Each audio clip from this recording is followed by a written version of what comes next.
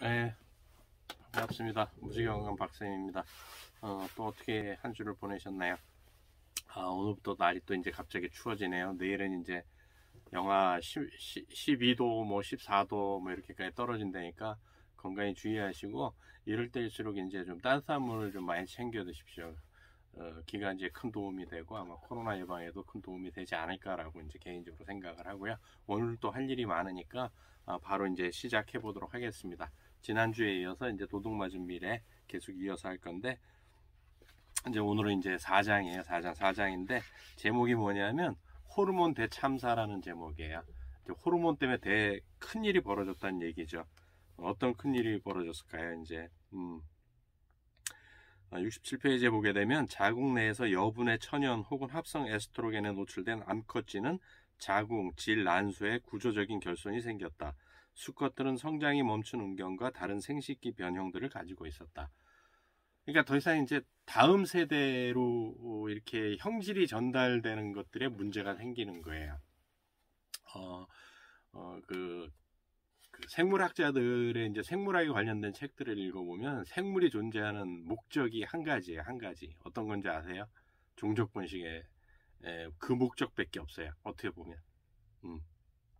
근데 그 문제에 문제가 생기기 시작을 했다는 거죠. 호르몬 대참사가 일어난 거죠. 68페이지에 뭐라고 되어 있냐면, 에스트로겐은 정상 수준에서는 발달에 필수적이지만 너무 많으면 큰 해를 입는다. 여러 가지가 생겨요.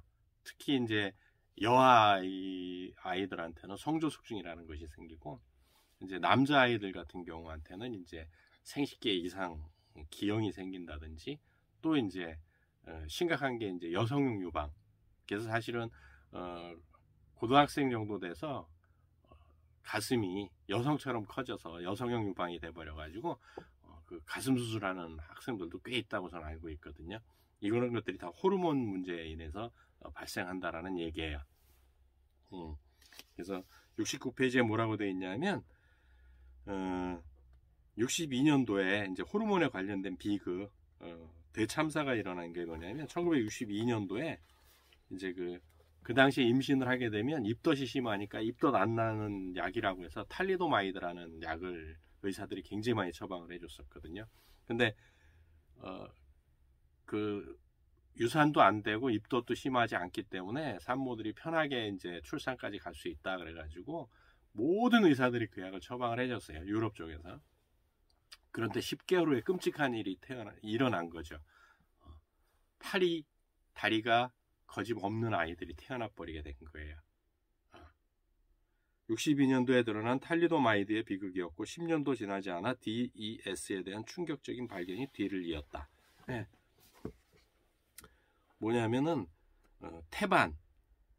태반이 이거는 아무거나 못 들어갈 거다, 못 들어간다, 그래서 뭐 관계 없다라고 얘기를 했었는데 이게 다 깨졌다라는 거예요. 탈리도마이드하고 DES 때문에. 그래서 그 아이들의 기형이 굉장히 많이 태어났다는 거죠. 70페이지에 뭐라고 되어 있냐면, 출생 전 탈리도마이드에 노출된 많은 아이들은 사지에 기형이 없다고 해도 대신에 더 심각한 심장과 다른 기관의 기형, 뇌손상, 기머거리, 시각장애, 자폐증, 그리고 간질 등을 공통적으로 가지고 있었다. 그냥 유산 안 시키고 조금 입덧 없이 편하게 좀 생활하려고 그리고 출산을 하려고 먹었던 약들이 아이의 기형을 불러와 버린 거예요.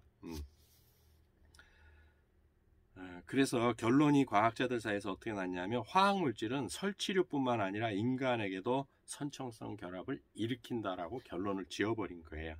예. 이게 정말 심각한 일이죠. 몇몇 명의 아이가, 그 당시에 뭐 3만 명인가의 아이가 그 사지가 없는 기형으로 태어났고, 또 이제 더 심각한 거 DES 같은 경우는 여아이들이 이제 생리를 시작할 나이가 되면 한 달 내내 뭐 2달 동안 생리도 해버리고 막 하는 그런 형질들, 그 다음에 이제 자연 임신이 안 되는 문제들까지, 그러니까 불임까지 가버리는 아주 심각한 문제를 불러일으켰던 사례들이죠.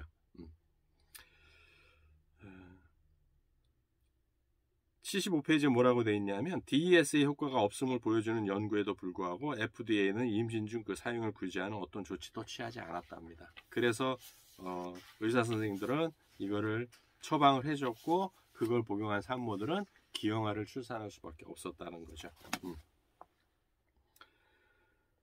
되게 슬픈 얘기들이 많은데요. 80페이지에 보게 되면 DES를 연구한 것 중에 하나가 뭐냐면 정상적인 수컷의 발생에 있어 태아의 고환은 여성의 원시 생식기관인 밀러간을 사라지게 하는 신호를 보내는 화학 메신저를 생산한다. 이건 뭐냐면 남성 호르몬이 지난 시간에도 말씀드렸지만 포유류의 모든 동물들은 이렇게 수컷과 암컷이 결정되는 것이 아니고 6주 정도까지는 전부 암컷으로 존재한다 그랬잖아요. 그 상황이 있어서 6주 정도 지난 다음에 이제 남성 호르몬의 샤워를 받느냐 여성 호르몬의 샤워를 받느냐에 따라서 수컷이 되느냐 암컷이 되느냐 결정이 되는데 그렇기 때문에 여성 생식기를 만들어주는 그 가장 원시적인 형태의 뮬러관이라고 하는 건데 이게 이제 고환, 그러니까 남자아이 고환에서 수컷의 고환에서 테스토스테론이 나와서 이 뮬러관을 없애고 남성 생식기를 만들어야 되는데 DES에 노출된 수컷이는 여성의 생식기관을 그대로 가지고 태어난다라는 거죠. 그런데 사람도 그럴 수 있다라는 얘기거든요. 그래서 1975년에 이 팀은 사이언스지에 출생 전 이 합성 에스트로겐으로 노출된 수컷쥐의 결손에 대한 세부 내용을 담은 주요 논문을 실은 거죠. 과학지에. 그러니까 약을 먹는다라는 걸 안 먹을 수도 없지만 약을 먹는다라는 것은 상당히 신중을 기해야 되는 현실이에요. 현실. 84페이지에 보게 되면 DES에 대한 얘기예요. 연구자들은 출생 전 그리고 출생 직후 DES나 다른 에스트로겐의 노출이 발생 중인 태아의 에스트로겐에 대한 감수성을 변화시키고, 그러니까 외부에서 들어가는 에스트로겐이 자연적으로 생성되는 에스트로겐에 영향을 미쳐버린다는 얘기예요. 나중에 높은 에스트로겐 수준과 관계 있다고 여겨지는 유방, 자궁 그리고 전립선 등에 생기는 특정한 암에 더 잘 걸리게 한다는 증거를 발견했다라는 얘기예요. 그러면은 우리가 에스트로겐 그럼 나는 뭐 DES 지금은 판매가 안 돼요. 판매가 안 되는 약들인데 그러면은 나는 그런 거 뭐 섭취 안 하니까 뭐 먹지 않으니까 관계 없다라고 하지만 환경 호르몬 자체가 에스트로겐 역할을 하고요. 잘 생각을 해 보십시오. 에스트로겐이라고 하는 것은 성장을 빨리 시켜요. 성장 호르몬이 에스트로겐이란 말이에요. 그러면 돼지를 빨리 키우고 닭을 빨리 키우고 소를 빨리 키우기 위해서 먹이는 사료에 들어가는 그 성장 호르몬이 에스트로겐 역할을 한다는 얘기예요. 좀 심각하게 생각을 해봐야 되는 거예요. 그것뿐이 아니죠. 우리가 이제 종이컵에 있는 그 화학 물질들 이런 것들은 다 들어가면 다 에스트로겐 역할을 하거든요. 좀 슬프죠. 그러니까 출생 전 DES에 노출이 된 T헬퍼 세포, 그러니까 우리 T헬퍼 세포라는 건 뭐냐면 면역계의 총사령관이에요. T헬퍼 세포가 외부에서 병균이나 세균이나 침입하면 얘네 잡아먹어라 그러고 대식세포한테 명령을 내려주는데 이 T헬퍼 세포 수가 감소되는 게 발견됐답니다. 이것은 다른 면역 세포들에게 협조할 시기를 일러줌으로써 모든 면역 반응을 주관하는 면역계의 핵심 세포다. 지금 T헬퍼 세포라는 게 그렇다라는 거예요. 근데 얘가 영향을 받는다라는 얘기예요. 뭐 여성 호르몬, 그러니까 꼭 DES뿐이 아니더라도 환경 호르몬이 됐든 에스트로겐 역할을 하는 호르몬에 노출되면 이렇다라는 얘기예요. 면역이 떨어진다는 얘기죠. 또 DES는 체내 방어기구의 중요한 부분인 자연살해세포, NK세포라고 부르거든요. NK세포는 뭐냐면 천연 항암, 그러니까 암세포만 전문적으로 죽이는 이 우리 면역세포인데 얘도 영향을 받아버린다라는 얘기예요. 이 세포는 종양세포를 순찰하는 기능을 갖고 있다고 여겨지며 종양세포가 발견되면 전체 면역계에 경고하여 다른 부분으로의 전이를 방지한다. NK세포가요. 근데 얘도 환경 호르몬이 됐든 그러니까 에스트로겐에 너무 많이 이게 노출되면 얘 기능을 못 한다라는 얘기예요. 그러면 암에도 더 잘 걸릴 수 있다는 얘기죠. 좀 심각하게 생각을 하셔야 되는 부분들이에요.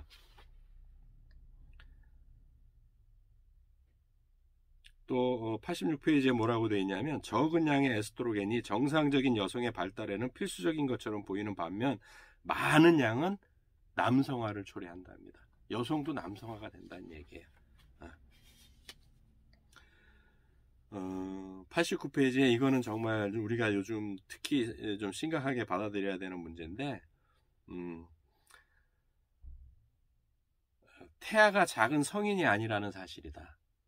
성인에게는 별로 영향이 없는 약물과 화학물질도 빠른 태내 발달 동안에는 태아에게 심각하고 영구적인 피해를 줄 수 있다. 아이들한테는 더 심각한 피해를 줄 수 있다라는 거예요. 발생에 미치는 DES의 효과는 인체가 인공화학 물질을 호르몬으로 오인할 수 있음을 명백히 보여주었다. 네, 명백히 내 몸에서 생성해내는 호르몬으로 오해한다라는 얘기예요. 좀 심각하게 생각을 해야 되는 부분들이고요. 그래서 이제 5장은 뭐냐면 불임이 되는 50가지 방법 해가지고 이런 얘기들이 쭉 나와요. 쭉 나오는데 되게 슬픈 거고.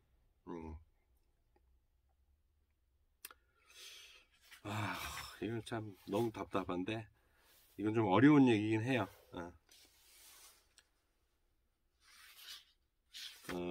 94페이지에 보면 뭐라고 되어 있냐면 자물쇠와 열쇠처럼 맞아 떨어져요. 호르몬이라고 하는 게 내 몸에 생성되면 그걸 수용체들이 딱 받아주거든요. 그래서 열쇠와 자물쇠가 딱 맞아야 자물쇠가 열리듯이 우리 호르몬은 모든 그런 작용을 하거든요. 대표적인 게 뭐예요? 우리가 탄수화물이나 당을 많이 먹으면 인슐린이 나오잖아요. 다른 게 아무리 나와도 당을 갖고 못 들어간단 말이에요. 인슐린만을 당을 가지고 들어가요. 그 얘기거든요. 그래서 자물쇠와 열쇠처럼 맞아 떨어지면 일단 결합하면 세포 핵으로 하여금 그 호르몬과 관련된 생물학적 활동에 불이 들어오게 한다. 만약에 이게 결합이 안 되면 불이 안 들어오는 거죠. 이 호르몬과 수용기 결합체는 특정 단백질의 생산을 개시하는 유전자를 겨냥한다. 무슨 얘기냐면 이 호르몬으로 인해서 우리 유전자 코드를 풀어낸다라는 얘기예요. 근데 이게 잘못 들어오게 돼서 환경 호르몬이 결합이 돼서 그냥 내 몸에서 생산한 에스트로겐으로 오인을 해서 환경 호르몬을 갖고 들어오면 우리 유전자 사슬에 문제가 생긴다는 얘기거든요. 그렇게 되면 이상하게 된다는 거죠.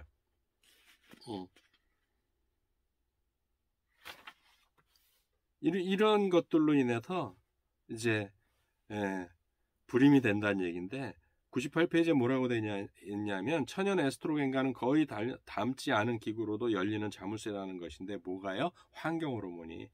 이는 망치가 열쇠라는 것과 마찬가지다. 더욱 혼란스럽게도 렌치도 망치처럼 작용하는 것이다.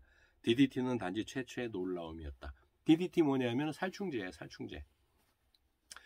이게 전부 호르몬계를 혼란시켰다는 얘기야.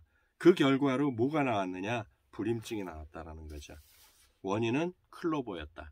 클로버가 너무 많으니까 얘를 클로버를 좀 죽이려고 뿌린 DDT가 불임증으로 번져버렸다는 얘기예요. 그래서 호르몬 유사물질은 그러니까 환경 호르몬을 얘기하는 거예요. 호르몬 유사물질, 화학물질들. 호르몬 유사물질은 파슬리, 세이지, 마늘, 밀, 귀리, 보리, 쌀, 콩, 감자, 당근, 완두콩, 강낭콩, 알팔파, 순, 사과, 체리, 자두, 그리고 석류, 심지어는 커피와 버번, 위스키에도 들어있다. 한숨만 나오네요. 그죠? DES와 DDT처럼 이 식물성 화합물은 에스트로겐 수용기와 결합할 수 있다. 앞에서 설명드린 얘기들이에요. 근데 봅시다. 우리가 파슬리 우리 건강식품이라고 생각해서 많이 먹잖아요. 마늘 세계 10대 건강기능식품이죠. 밀 우리 그럼 밀가루로 생각하시면 돼요. 빠진 데가 없죠. 귀리가 또 뭐 굉장히 건강에 좋다고 해서 귀리가루들 되게 많이 드시거든요. 또 보리 백미보다는 보리가 좋다고 해서 또 엄청 많이 먹죠. 또 쌀 우리의 주식이죠. 감자 당근 완두콩 강낭콩 알팔파 순 사과 정말 좋은 거잖아요. 체리 자두 석류 특히 대한민국 사람들이 아주 즐기는 커피 여기에 다 식물성 화합물질이 다 들어가 있다는 얘기거든요. 아, 참 답답하네요, 그죠? 예. 식물들은 도망쳐서 포식자로부터 몸을 피할 수 없기 때문에 놀랄 만큼 다양한 방어 방법을 개발해냈다. 그 중에 하나가 뭐냐면 식물들은 스스로를 보호하는 먹는 피임약을 만들어 버린답니다.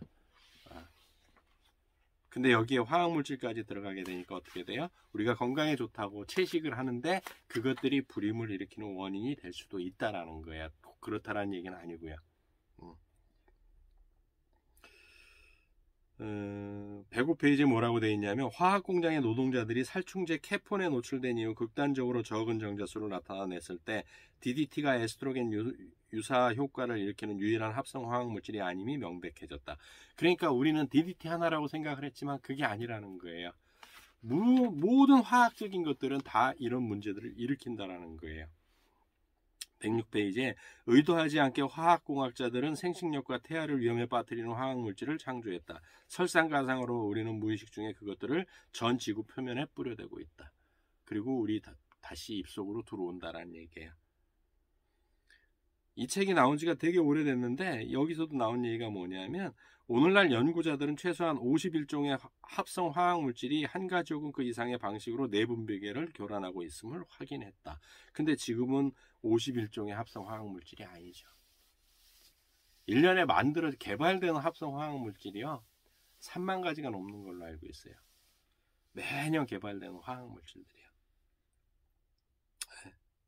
호르몬 저해제 무리에는 PCB, 류로 분류되는 209종의 화합물, 75종의 다이옥신, 그리고 135종의 퓨란 등이 포함되어 있고 이들은 수탁에 기록된 교란 효과를 가지고 있다. 다이옥신, 발암물질이죠. 이런 것들 때문에 이렇게 주변에 보게 되면 저희 어릴 때와 다르게 불임이 그렇게 많은 이유 중에 하나가 아닌가라고 이제 과학자들이 바라보고 있는 겁니다. 107페이지에 몸은 천연 에스트로겐 유사 물질을 분해하고 배설할 수 있지만 많은 인공화합물들은 정상적인 분해 과정에서 저항하며 체내에 쌓여 인간과 동물로 하여금 강도는 낮지만 장시간의 노출에 처하게 한다. 이런 만성적인 호르몬 노출은 우리의 진화 경험상 전례가 없는 일이며 이 새로운 위협에 대한 적응은 수십 년이 아닌 수천 년의 문제인 것이다. 이 얘기가 뭐냐면요. 적응을 하는데 우리 몸은 3만 년 전이나 지금이나 별 차이가 없어요. 수렵 생활할 때 그거하고 큰 차이가 없단 말이에요. 근데 우리가 석유 화합물들을 쓴 거는 불과 2,300년, 산업혁명 그 이후이기 때문에 우리 몸이 진화하는 과정 속에서 이 석유 화합물질을 분해할 수 있게 진화가 아직 안 된 거예요. 이 물질에 대한 내 몸은 적응이 안 돼 있는 거예요. 그런데 전부 다 화학물질이죠. 사실은 지금 제가 목에 차고 있는 것조차도 그렇고요. 입고 있는 이 옷조차도 다 화학물질이긴 해요. 눈에 쓰고 있는 안경 이조차도 다 물질이긴 하는데 이런 것들은 내 몸에서 분해할 수 있는 상황이 아니라는 얘기를 지금 이 저자들은 하는 겁니다. 이 과학자들은. 또 110페이지에 되게 이게 중요한 얘기인데 어떤 개의 한 부분에 입은 손상은 그 신체의 다른 개에도 영향을 준다. 그러니까 소화계에 문제가 생겼다 그래서 위장에 문제가 생겼다 해서 위장의 문제로 끝나는 문제가 아니라는 얘기예요. 위장에 문제가 생겨서 그것이 또 순환계에도 영향을 미치고 근육계에도 문제를 미치고 골격계에도 문제를 만들고 이런 모든 온몸에 우리 몸은 자동차 본네트를 열었을 때 배터리 선 하나 나갔기 때문에 배터리 선 하나 간다고 해서 정상적이 되는 게 아니란 말이에요. 머리끝부터 발끝까지는 시스템으로 돌아간다고요. 그래서 하나가 고장나면 지금 당장은 아니지만 순차적으로 다 고장나고 영향을 미치게 돼 있다라는 거예요. 그래서 홀리스틱 건강관리가 굉장히 중요한 거거든요.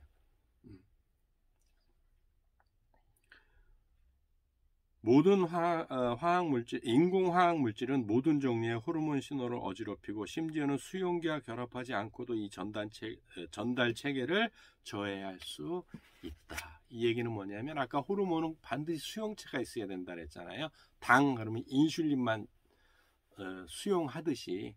그런데 이 인공화학물질들은 수용체 없이도 독자적으로 호르몬 역할을 한다는 얘기예요. 얼마나 심각한 얘기인데요. 그래서 6장은 뭐라고 되어 있냐면 지구의 종말이에요. 지구의 종말. 지구에 이제 종말이 왔답니다.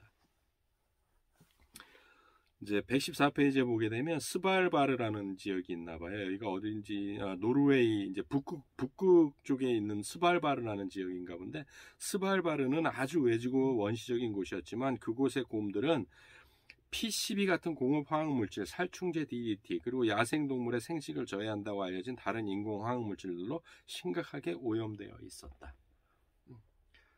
거기는 제초제를 안 뿌렸어요. 그래서 공기를 타고 물을 타고 순환이 돼버렸다는 거죠. 그래서 북극 바다 깊은 데서 잡힌 물고기 몸에서도 뭐가 나오냐면 DDE라는 게 나와요. DDE는 뭐냐면 DDT가 하나 분해되면 DDE가 되거든요. 그 성분이 나온다라는 거예요. 지금 몇십 년이 흘렀는데도요.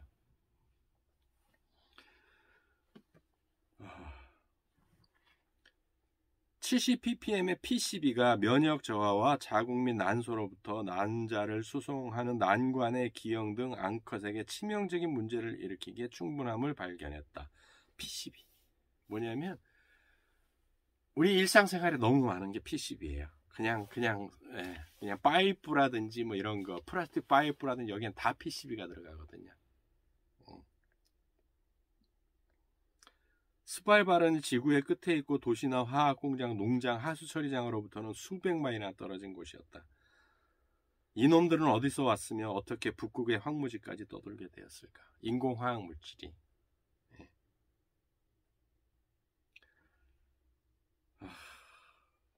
호르몬 교란 물질로 확인된 51종의 합성 화학물질 중에 PCB를 포함한 최소한 절반은 잔류물질이어서 해가 없도록 만드는 자연분해 과정에 저항한다. 자연분해가 안 된다는 얘기예요. 100년 지나도 없어지지 않는다는 얘기거든요.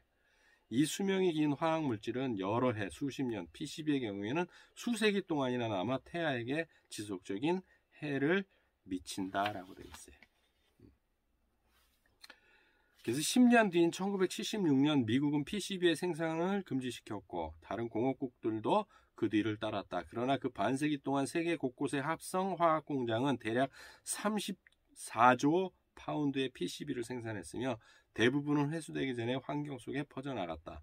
게다가 금지는 이미 존재하는 PCB에는 미치지 못하여 트랜지스터, 전자저울, 그리고 작은 부품 등의 한정된 용도로는 오늘날까지 계속해서 쓰이고 있다. PCB는 아직도 쓰이고 있다.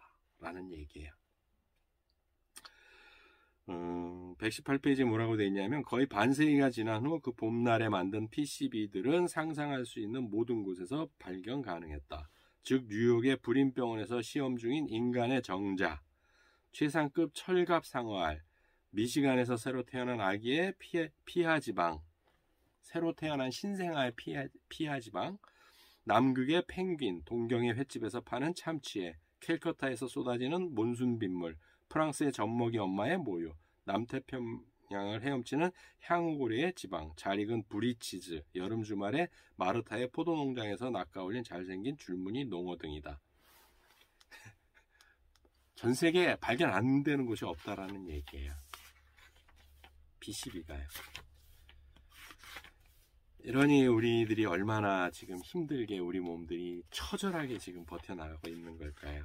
그래서 이렇게 막 전 세계에 퍼져 있는 지도, 어떻게 이게 퍼져 나갔고 이런 것들까지 이제 나와 있습니다. 그린란드에 어떻게 퍼졌고 대서양으로 어떻게 퍼져 나갔고 이런 것들이 134페이지에 보면 아까 얘기했지 않습니까? 과학자들은 태반은 통과 못할 것이다. 나쁜 물질들은 라고 생각을 했지만 그걸 다 통과한다 그랬잖아요. 합성화학 물질들이. 그러니까 에스트로겐 역할을 하는 합성화학 물질은 모든 곳에 가며 심지어 태반 방어막을 거쳐 자궁에도 들어가 가장 저항력이 없는 발달 시기에 태아에게 노출될 수 있다. 엄마가 아이에게 젖을 먹일 때 그녀는 사랑과 영양 이상의 무언가를 준다. 그녀는 고농도의 잔류화학 물질도 전해주는 것이다. 이건 엄마의 잘못은 아니죠. 근데 엄마의 잘못도 많죠. 어떤 걸까요? 너무 막 먹어요. 음식을 안 가리고 먹는다는 얘기예요. 안 좋은 걸 너무 많이 먹죠. 137페이지에 왜 지구의 종말이라고 했냐면 이 마지막 섬 이렇게 이제 이 장을 얘기를 하면서 다음 세대를 위협하는 많은 화학물질은 우리의 몸으로 들어올 길을 찾고 있다. 안전하고 오염되지 않은 곳은 어디에도 없다. 지구뿐이 아니고 우리 몸도 없다라는 거예요. 몸도 안전한 곳이 한 군데도 없다는 얘기고요. 이제 7장은 단 한 방. 단 한 방으로 이제 생식이 끊어진다는 변화가 생겨버린다는 얘기예요. 다이옥신 얘기인데 141페이지에 다이옥신은 그 새끼를 출생 전 발달의 중요한 시기에 노출시키자 수컷 생식기에 손상을 주었다. 한 번 노출해요. 과학자들을 놀라게 한 것은 극미량의 다이옥신이 그 손상을 일으킨 것이다. 그들은 많은 용량을 주거나 반복적인 투여를 하지 않았지만 깜짝 놀랄 만큼 소량의 다이옥신을 단지 한 번만 먹인 어미 흰지에게도 수컷 새끼에게서 장기간의 영향을 볼 수 있었다. 단 한 방울 먹였을 뿐이었다. 그걸로 생식이 문제가 생겼다. 생식기에. 심각한 문제죠. 70년대, 50년대에 만들어져서 뿌려지기 시작한 이런 환경 호르몬들이 70년대 와서 70년대 그러니까 50, 60, 70 딱 한 세대 정도 지나면서 이런 문제가 왔어요. 근데 지금 70년으로 따지면 지금 또 어떻게 돼요? 80, 90, 2000년대, 2020년 아닙니까? 이제 세 세대가 흘렀어요. 90년 가까이가 흘러가는 건데 이게 이제 어떤 문제를 일으킬지 아무도 모른다는 얘기예요. 146페이지에 다이옥신은 그 누가 생각했던 것보다 더 위험했으나 생각한 것과는 반대로 가장 큰 위협은 암이 아니었다. 새롭게 등장하는 위험은 자연 호르몬을 저해하는 다이옥신의 능력이었다. 다이옥신은 굉장히 강력한 발암물질이라서 소각장 잘못 태우면 거기서 다이옥신이 발생해서 몇 년 전에 10년은 넘은 것 같네요. 굉장히 문제가 많았잖아요. 그래서 암이 발생한다 해서 난리가 났었는데 언론에서 난리가 났었는데 암이 문제가 아니라는 거예요. 더 심각한 호르몬, 특히 수컷 생식기를 변형을 만들어 버린다라는 게 더 큰 문제라는 거예요. 그래서 어느 그 미국의 과학자, 여성 과학자인데 어떤 책을 썼냐면 남자의 종말이라는 책이 있어요. 이게 환경 호르몬 때문에 남성 생식기가 점점 작아지고 있답니다. 그래서 나중에는 번식을 할 수 없을 만큼 작아져서 남성은 다 이제 종말을 할 거고 여성들이 이제 자가 번식을 할 거다라는 그런 책이에요. 물론 이제 몇만 년 뒤의 얘기인데 뭐 2만 년 뒤인가 그런 얘기긴 하지만 점점 그렇게 이제 번식을 할 수 없을 만큼 남성 생식기에 문제가 생긴다는 얘기고요. 150페이지에 뭐라고 되어 있냐면 다이옥신은 매우 적은 용량, 즉 인간 집단에서 보통 발견되는 수준과 매우 비슷한 수준에서도 장기간 지속되는 효과를 미치는 강력하고 지속적인 호르몬처럼 기능한다 라고 되어 있어요. 근데 다이옥신이 꼭 이렇게 뭔가를 태울 때만 나오느냐? 그건 아니에요. 우리 일상생활 속에서도 화학물질 속에 다이옥신은 되게 많아요. 특별한 아이러니는 무어 실험회사의 흰쥐들이 표준 생식력 검사를 의기양양하게 통과했다는 점이다. 표준 검사에는 통과했는데 다음 세대에서 생식기에 이상이 생기기 시작했다는 얘기예요. 인간 정자수의 지속적인 감소가 이어진다면 우리 종은 불안전한 미래에 직면한다. 그런 하락은 인간의 생식력에 절멸적인 영향을 미칠 수 있다. 인간이 멸종할 수 있다는 얘기예요. 이제 번식이 안 돼서. 내용들이 너무 심각하지 않습니까? 근데 우리는 어떻게 생각을 해요?